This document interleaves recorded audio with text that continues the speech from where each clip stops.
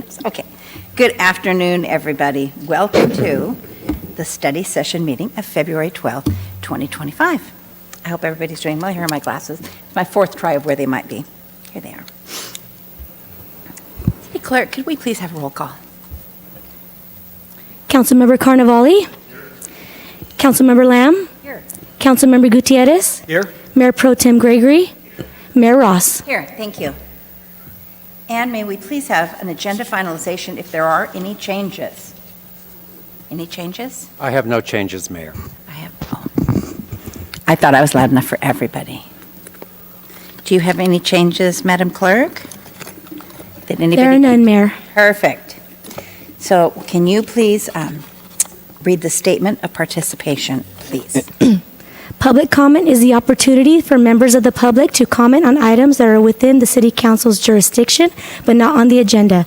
Because of restrictions contained in California law, the City Council may not discuss or act on any item not on the agenda, but may briefly respond to statements made or ask a question for clarification. The mayor may also request a brief response from staff to questions raised during public comment or request that a matter be agendized for a future meeting. Public comment will be limited to 3 minutes. If you are a member of the public and you wish to address the City Council, please complete a request to speak form available at the entrance and submit it to the City Clerk. You will be called upon at the appropriate time. If you have materials and other items to present to the members of the City Council, please do not approach them. All materials shall be presented to the City Clerk for distribution. Thank you very much. Mr. City Manager, I'm sorry. You do. I didn't see your hand. I'm sorry. Yes, Mayor, we do have one request to speak. Alan Carvalho. Please.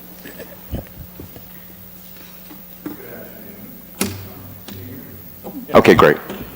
Is it on? Okay. Alan Carvalho, Cathedral City. First of all, I want to thank the police chief and the staff for putting on the event yesterday. It was important for the community to know what's going on. Our safety's at risk.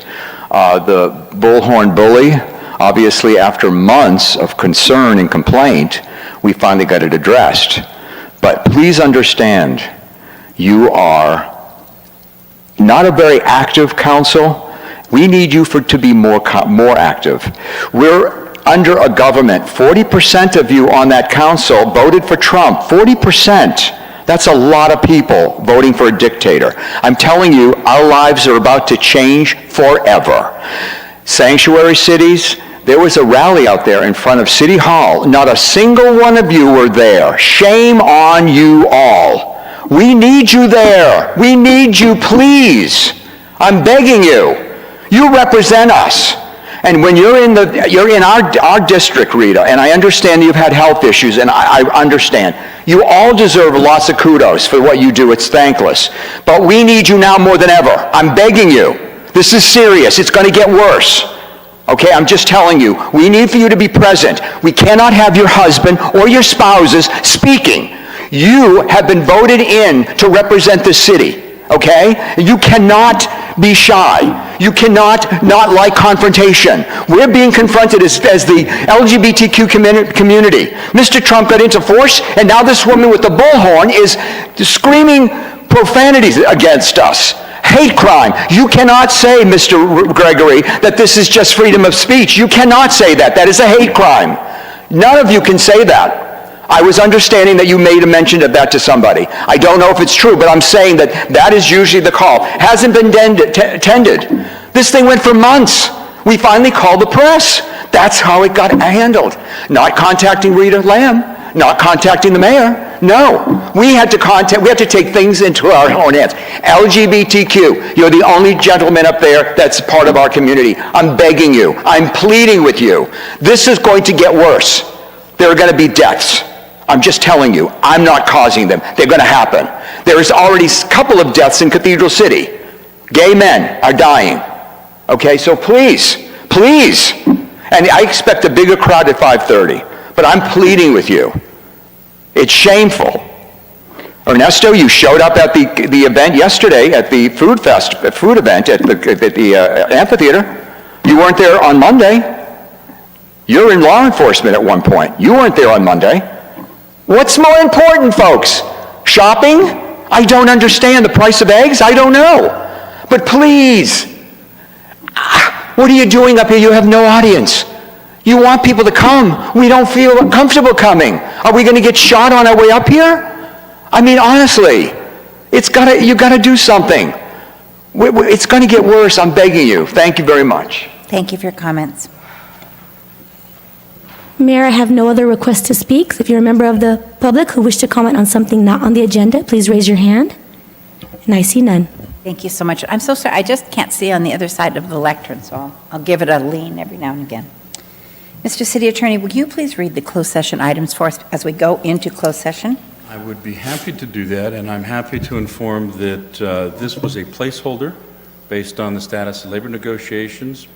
I've heard from our Chief Labor Negotiator and Human Resources Director that this closed session can be taken off calendar for today, and the matter will turn on your regular agenda for an MOU on, I believe, the 26th of this month. So no closed session for us today. Thank you so much.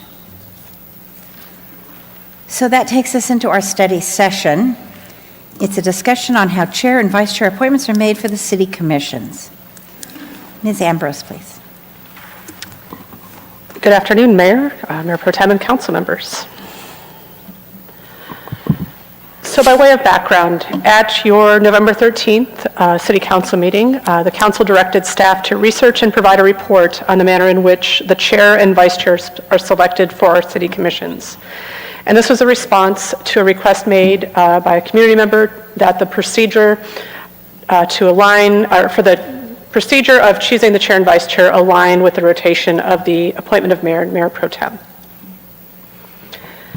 Chapter 2.06 of the Municipal Code addresses boards and commissions, including the appointments of chair and vice chairs.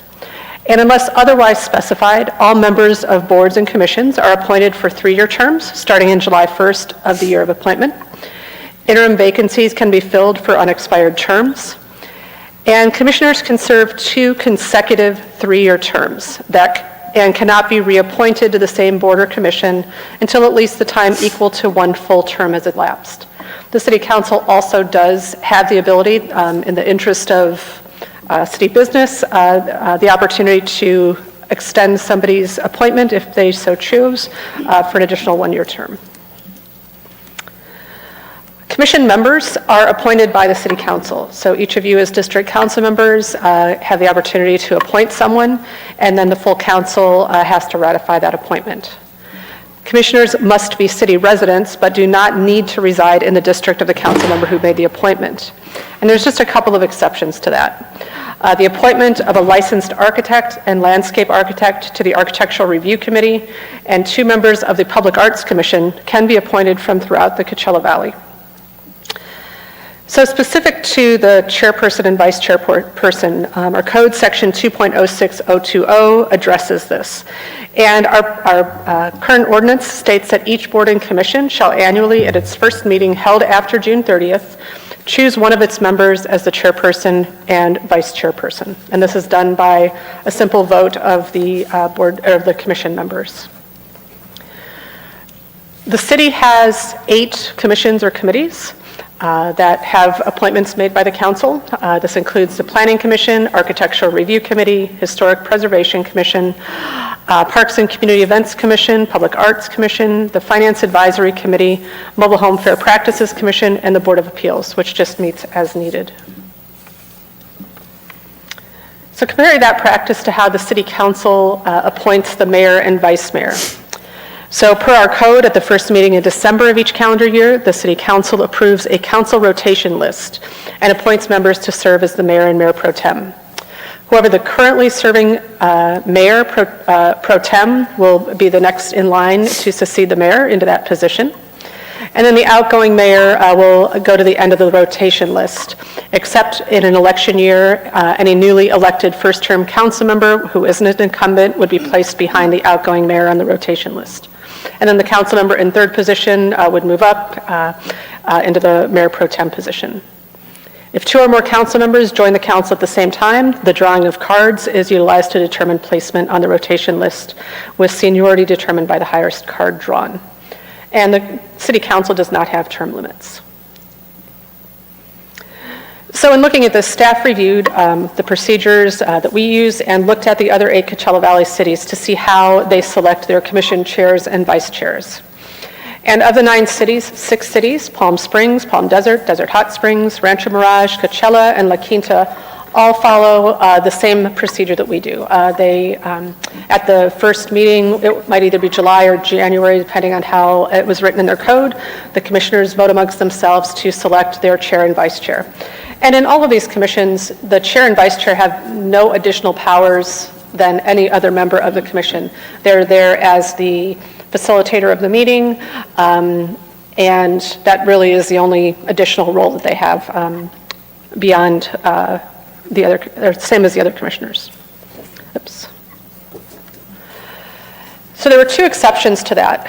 The city of Indian Wells uses a seniority-based system similar to how the rotation of mayor and vice mayor, or mayor and mayor pro tem are chosen.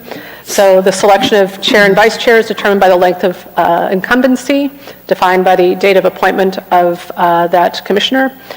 And when one or more commissioners are appointed at the same time, then the order is determined by the highest number of votes received by the city council at the time of their appointment. And then if there's an equal number of votes, then the individual appointed to chair is done by lot. And then it has the same rotation of the outgoing chairperson rotates to the bottom. City of Indio has a similar rotation, but there is a bit of a difference. So the seniority is established according to the nominating council member's district number. So I'm guessing they have a district 1 through 5. The seniority of appointment is defined as the length of a commissioner's tenure, which begins from the date of appointment. If 2 or more commissioners have equal seniority, the affected commissioners are encouraged to work collaboratively to decide on chair or vice chair. And if that can't be done, then it's selected by lot. And where this differs from the other is that the term of the commissioners mirror the term of the council member. So it's not 2 years or 3 years. If the council member stays on for as long as they stay on, the commissioner can stay in that role as well. And then if a council member that appointed them leaves the council for whatever reason, and that seat becomes vacant, the commissioner may continue to serve until they're replaced by the next candidate coming in. So in the process of looking at this, I had discussions with the other 2 staff who currently are the liaisons with our commissions. And so that includes the Development and Community and Economic Development Director, Andy Firestein, and John Carella, who's our Public Works Director, who works with the PACE Commission.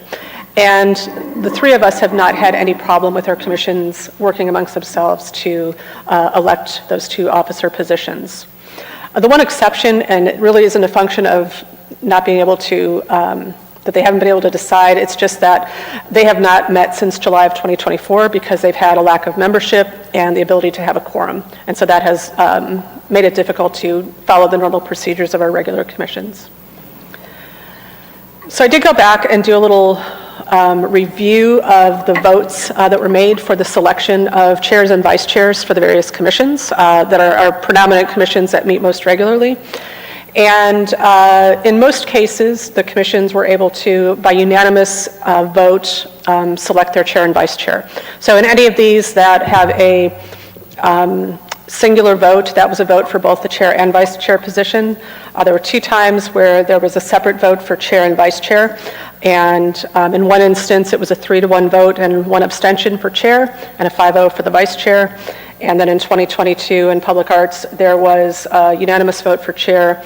A first vote failed to move forward, and then there was a 3-2 vote for vice chair. And then one instance in Parks and Community Events, in which there was not a unanimous vote on the singular vote. So there really is no fiscal impact for this discussion, but should the council decide that you wished to change the appointment process, we would need to do an amendment to our municipal code, which would potentially just have some city attorney time as well as staff time. This aligns with our strategic plan goal of creating and embracing an inclusive community. And this report is for information and discussion only. And staff is ready if you have any questions.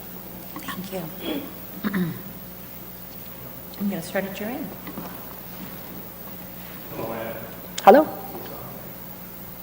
I was under the understanding if there's two running and the one with the higher vote count would be in seniority. When did we start doing drawing the card? I thought That's, I think, only if there is, if two are at the, get appointed at the same time, and maybe it is the vote, maybe it is the use of vote count.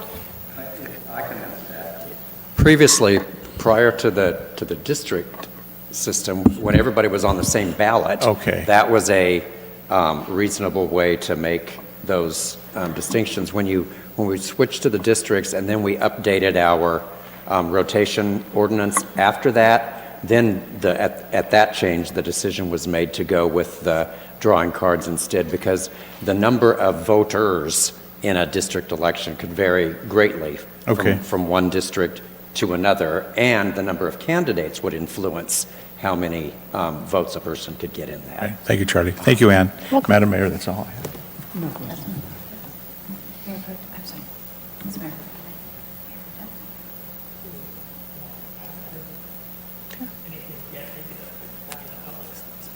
Perhaps. So can we open it then to public comment, and we'll come back? to I'm you? sorry, Can we open that to public comment and come back to you? Because none of us really see a problem right now. It's a problem waiting to be made. Mayor, I will go ahead and, we did receive one comment Thank you. for the record, so I'll go ahead and summarize that. So the following comment was received for the record. It was provided to council and made available for public inspection at the entrance. Danny Lee suggested a system of seniority for chair and vice chair elections for the city's commissions. He also suggested a standardization of agendas across commissions and provided suggestions for the changes. That is the only one I received electronically. Now, if you're a member of the public and you wish to comment on this item, please raise your hand. And I see none, Chair. I see none, Mayor. Thank you so much. Would you? Yes.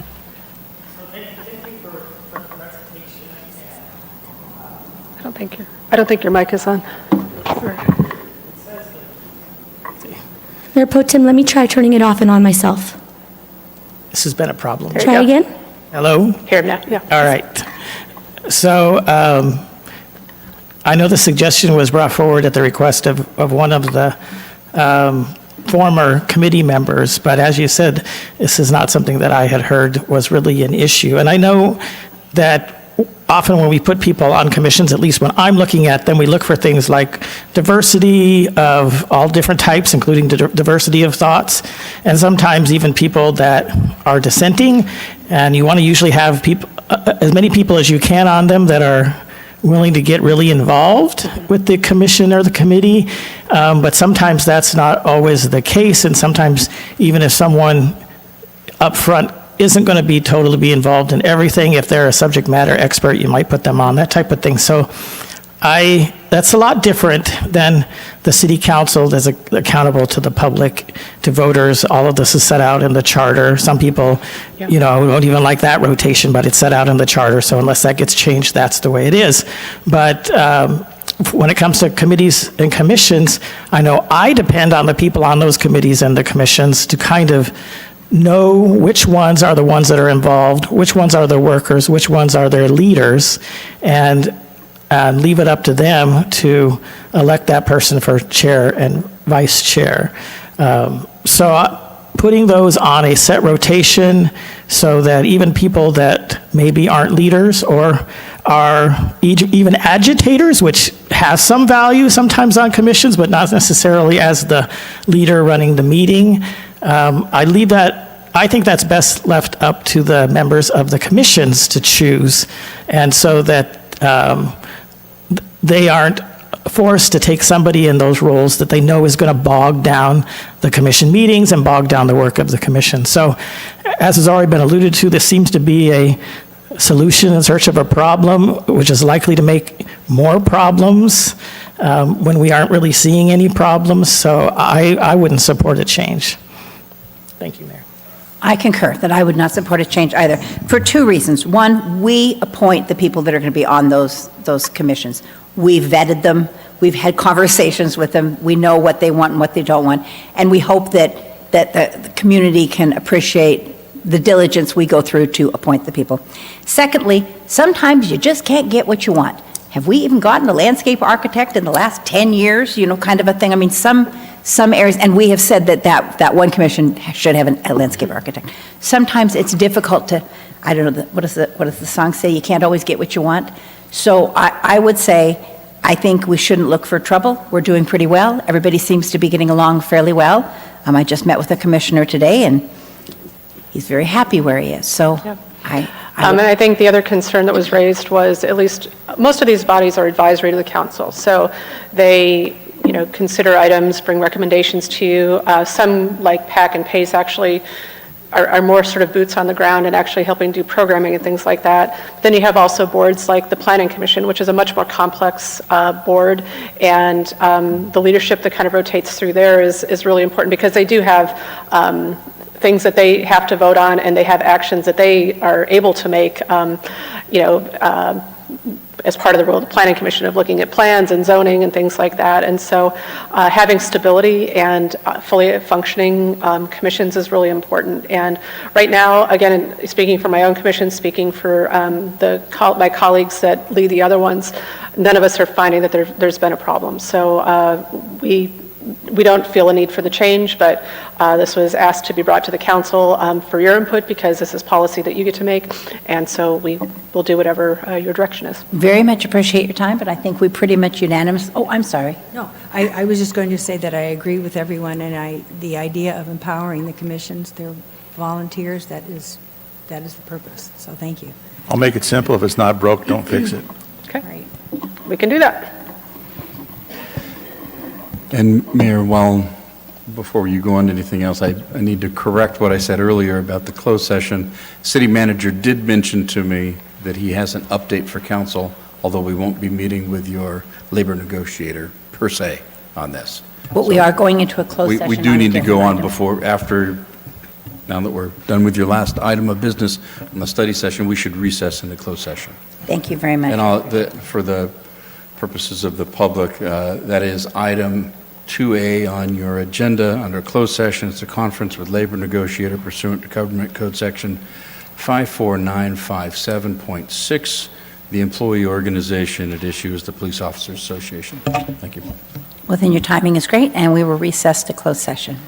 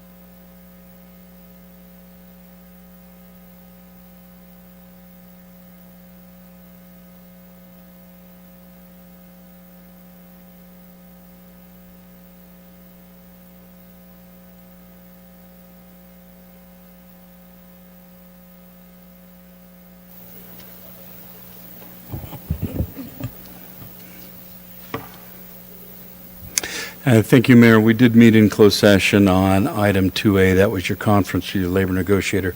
The council received a briefing from the city manager on the status of negotiations with the Police Officers Association. There was no other reportable action on that item. Thank you.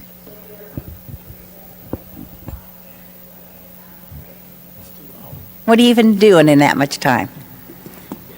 Pretending like they're working, huh?